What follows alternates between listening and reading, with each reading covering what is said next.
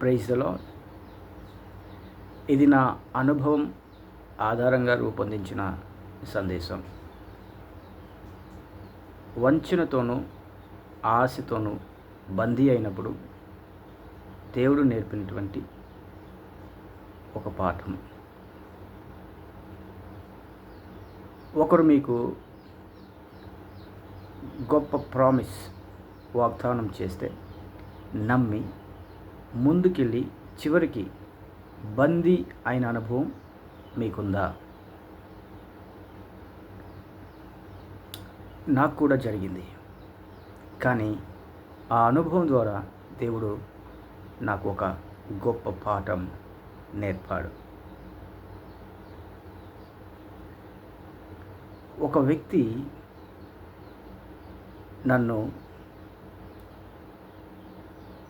నాకు ఆశ చూపించాడు. మీరు 3 లక్షలు పెట్టుబడి పెడితే నెలకు 40,000 రూపాయలు చొప్పున 5 నెలలు ఇస్తాను. తర్వాత మీ మొత్తం 3 లక్షలు తిరిగి ఇస్తాను. ఇది మీరు మా యొక్క కంపెనీలో పెట్టుబడి పెట్టేటువంటి మీకు ఒక మంచి అవకాశం అని చెప్పి నమ్మబలికాడు. పదే పదే చెప్పి నమ్మబలికాడు. నాకు ఆ సమయంలో డబ్బు అవసరం ఉండడంతో నేను నమ్మాను. నా అవసరాలను తీర్చుకోవాలని పెట్టుబడి పెట్టాను. కానీ ఫస్ట్ మంత్ పేమెంట్ ఏదైతే ఇస్తానని చెప్పాడో అది రాలేదు. చివరికి గ్రహించాను, నన్ను ఏమార్చాడని.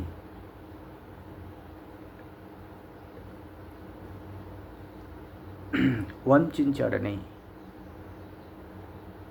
ఇది ఒక మోసపూరితమైనటువంటి ట్రాప్ అని. నేను ఇప్పుడు ట్రాప్లో, అతను వేసినటువంటి ట్రాప్లో పడి ఉన్నానని గ్రహించాను. అప్పుడు నాలో మొదలైనటువంటి మొట్టమొదటి ఆలోచన ఏమంటే, ట్రాప్లో పడ్డానికి నేను ఒకవేళ దేవునికి విరుద్ధంగా ఏదైనా చేశానా అని నన్ను నేను ప్రశ్నించుకున్నా. అలా ప్రశ్నించుకుంటూ ప్రార్థించుకునే క్రమంలో బైబిల్లో నుంచి కొన్ని సమాధానాలు దేవుడు నాకు చూపించాడు. ఏమని ప్రశ్నించుకున్నాను? నేను పాపం చేశానా అని నా మనసులో ప్రశ్నించుకున్నాను. ఇతని మాటలు నమ్మి డబ్బు పెట్టడం దేవునికి వ్యతిరేకమా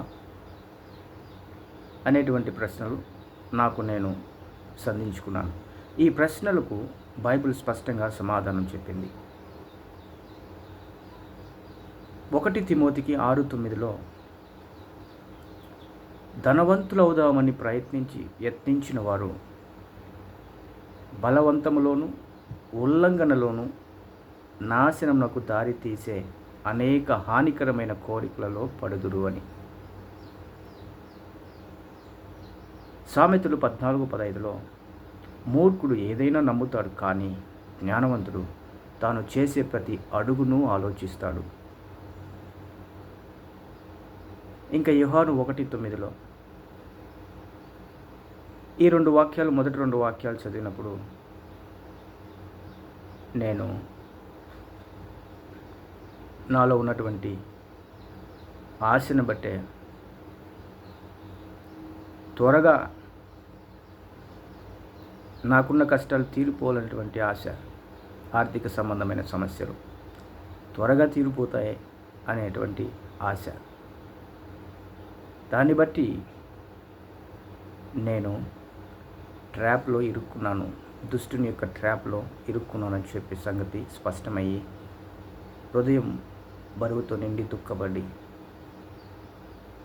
ఏడుస్తూ ప్రార్థించాను పశ్చాత్తాపంతో. అప్పుడు 1 యోహాను 1:9, మన పాపములను మనము ఒప్పుకొనిన ఎడల ఆయన నమ్మదగిన వాడును నీతిమంతుడునై మన పాపములను క్షమించి మనలను అన్ని అన్యాయముల నుండి శుద్ధిపరచును అనేటువంటి వాగ్దానంతో మరలా దేవుడు నాలో ఆశను నింపాడు. పరిశుద్ధమైన ఆశ, పరలోక సంబంధమైన ఆశతో నింపాడు. ఆశ అనేదానికన్నా నిరీక్షణ, ఒక భరోసా, ఒక ధైర్యం, నిజమైన నమ్మకంతో దేవుడు నన్ను నింపాడు.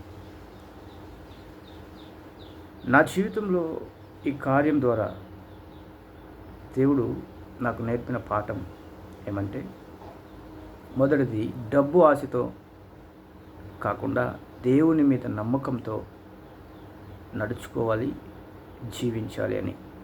రెండవదిగా, ఏ నిర్ణయమైనా తీసుకునేటప్పుడు మొదటగా ప్రార్థించి ఆయన యొక్క జవాబు కొరకు వేచి ఉండి ఆయన నుంచి సమాధానము, శాంతి ఆ విషయంలో పొందుకున్నప్పుడే మనం అందులో ముందుకెళ్ళాలని చెప్పి. మూడవదిగా, మోసపూరితమైన మాటలను నమ్మకూడదు. ప్రతి మాటను విని పరిశీలించి జాగ్రత్త పడి అడుగులు వేయాలని చెప్పి ఈ 3 విషయాలు దేవుడు నాకు నేర్పాడు. ఈ విషయాలు ఇంతవరకు మీకు నేర్పలేదా అని మీరు అడగచ్చేమో. అయితే జ్ఞానపరంగా నేర్పాడే కానీ అనుభవపూర్వకమైనటువంటి పాఠము ఇప్పుడు నేను చేసిన తప్పిదాన్ని బట్టి ఆ తప్పిదంలోంచి నాకు ఒక పాఠంగా, అనుభవపూర్వకమైన పాఠంగా దేవుడు నేర్పించాడు. కనుక ఇక మీదట అలాంటి మోసపూరితమైన మాటల యొక్క మోసగాల ట్రాప్ల నుంచి తప్పించుకునేటువంటి అనుభవపూర్వకమైన జ్ఞానము దేవుడు నాకు ఇచ్చాడు. అందును బట్టి దేవునికి స్తుతి స్తోత్రం. మరల మత్తయి 10:16 గుర్తు చేశాడు. పాముల వలె జాగ్రత్త గలవారై పావురము వలె నిర్దోషులై ఉండుడి అని. ఈ రోజుల్లో మనల్ని మోసపెట్టేవారు చాలామంది ఉన్నారు. కానీ మన దేవుడు విశ్వాస యోగ్యుడు. మీరు వంచబడ్డ దేవుడు మిమ్మల్ని విడువడు. ఆయన శిక్షించడానికి కోసం కాదు, మీకు బోధించడానికే ఇలాంటి ట్రాపులన్నీ కూడా మీ జీవితంలోకి అనుమతిస్తాడు. అది కూడా మీరు చేసిన తప్పుడు నిర్ణయాలను బట్టి. మన జీవితంలో మనం చేసేటువంటి తప్పైనటువంటి నిర్ణయాల ద్వారా మన శత్రువైన సాతానుడు మనల్ని ట్రాప్లోకి లాగితే, బందీ చేస్తే ట్రాప్లో, మన శక్తివంతమైన దేవుడు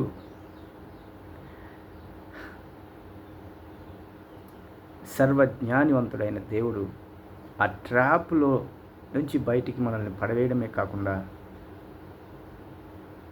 ఒక గొప్ప పాఠం, జీవితాంతం మనకు ఉపయోగపడేటువంటి, మన ద్వారా ఇతరులకి ఉపయోగపడేటువంటి ఒక అద్భుతమైనటువంటి పాఠాన్ని అయితే మనకి దేవుడు నేర్పిస్తాడని ఇందు మూలంగా నేను నేర్చుకున్నాను. అందును బట్టి సర్వశక్తిమంతుడు, సర్వజ్ఞాని అయిన దేవాతి దేవునికి, నా ప్రభు రక్షకుడైన, మన ప్రభువు మన రక్షకుడైన యేసుక్రీస్తుల వారికి నా యొక్క మనస్ఫూర్తి స్తుతులు స్తోత్రాలు తెలియజేసుకుంటున్నాను యేసు నామములో. ఆమేన్.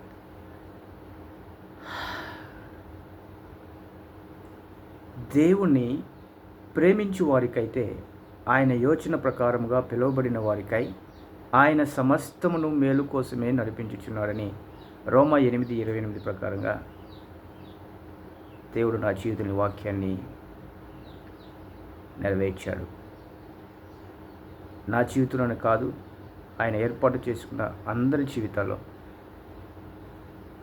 మంచి జరిగినా, చెడు జరిగినా, నష్టం జరిగినా, లాభం జరిగినా, కింద పడినా, పైకి లేవనెత్తబడినా, అన్నీ కూడా సమస్తము కూడా దేవుడు మన యొక్క మేలు కొరకు సమకూర్చి వీటన్నిటిని కూడా జరిగిస్తున్నాడని మనం ఎల్లప్పుడూ గుర్తుపెట్టుకోవాలి.